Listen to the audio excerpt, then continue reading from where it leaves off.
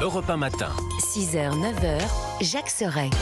L'édito politique sur Europe 1 avec Le Figaro. Bonjour Judith Ventrove. Bonjour Jacques, bonjour Valérie. Ce soir, Judith. Emmanuel Macron présentera ses vœux aux Français. On en parlait avec Christophe Bordet. Des vœux de la dernière chance, dites-vous.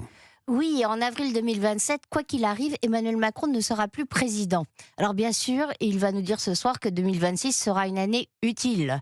Il nous parlera du projet sur la van vie qui va repartir au Sénat, du service national volontaire, censé faire oublier l'échec du service national universel, de ses projets de réglementation des réseaux sociaux qui lui tiennent tant à cœur. Mais quand vous regardez tout ce qu'il a promis depuis sa première élection en 2017 et qu'il n'a pas fait, vous vous dites qu'en un an, ce ne serait déjà pas si mal qu'il réussisse à tenir quelques-uns des engagements qu'il avait pris à l'époque.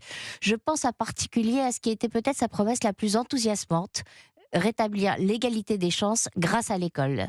Eh bien, c'est un échec total. D'après les données disponibles les plus récentes, celles de l'enquête de l'OCDE Regard sur l'éducation, notre pays est le champion de la reproduction sociale. Les inégalités de naissance perdurent quand elles ne s'aggravent pas. Ce n'est pas seulement une question de revenus, les enfants de profs réussissent mieux que les autres, ce qui est logique, parce que dans un système qui s'effondre, les enfants qui vivent dans les familles les plus éduquées sont ceux qui s'en sortent le mieux. Emmanuel Macron avait aussi promis de libérer le marché de l'emploi. Et de ce point de vue, Judith, le bilan n'est pas mauvais. Vous avez raison, il avait dit qu'il ramènerait le taux de chômage à 7% et nous sommes à 7,6% selon Eurostat. Mais le taux moyen de chômage est à 6% dans l'Union européenne et 6,3% dans l'ensemble de la zone euro. Quand je me vois, je me désole, quand je me compare, je me console, aurait dit Voltaire. Ben là, c'est le contraire. Nous sommes parmi les derniers de la classe. Et quoi d'étonnant, puisque aucune réforme structurelle n'a été menée depuis 2017. Vous exagérez un peu ? Oui, c'est vrai, il y a eu la réforme des retraites. Ah bah non, elle vient d'être suspendue. Emmanuel Macron voulait réduire les dépenses de l'État pour encourager l'activité économique. Diminuer le poids des retraites, donc c'est fichu. Réformer les services publics qui coûtent un pognon de dingue, comme a dit le président. En 2017, il avait annoncé la suppression de 120 000 postes de fonctionnaires. En mai 2025, on en comptait 178 000 de plus. Et cette fameuse simplification administrative qu'Emmanuel Macron avait inscrite à son programme, comme d'ailleurs tous ses prédécesseurs, en 2024, un passionnant rapport évaluait à 7,5 milliards d'euros le coût du millefeuille administratif. Et puis il y a eu la dissolution.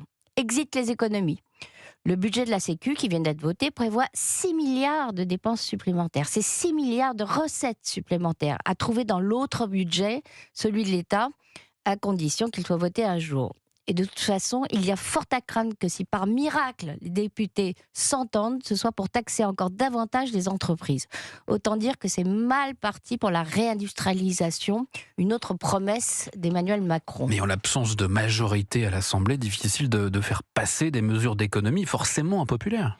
Les circonstances politiques interdisent en effet tout bras de fer entre l'exécutif et le Parlement. Il n'y a plus de combat, faute de combattants. C'est sans doute ce qu'Emmanuel Macron appelait une démocratie apaisée. Encore que Sébastien Lecornu n'exclut plus tout à fait le recours au 49.3. S'il n'arrive pas à faire adopter un budget en janvier, ça mettrait l'animation dans une fin de règne qui s'annonce crépusculaire. Et le président pourrait aussi tenir sa promesse de référendum. Oui, effectivement, il avait annoncé qu'il demanderait aux Français de trancher des sujets déterminants lors de ses vœux l'an dernier.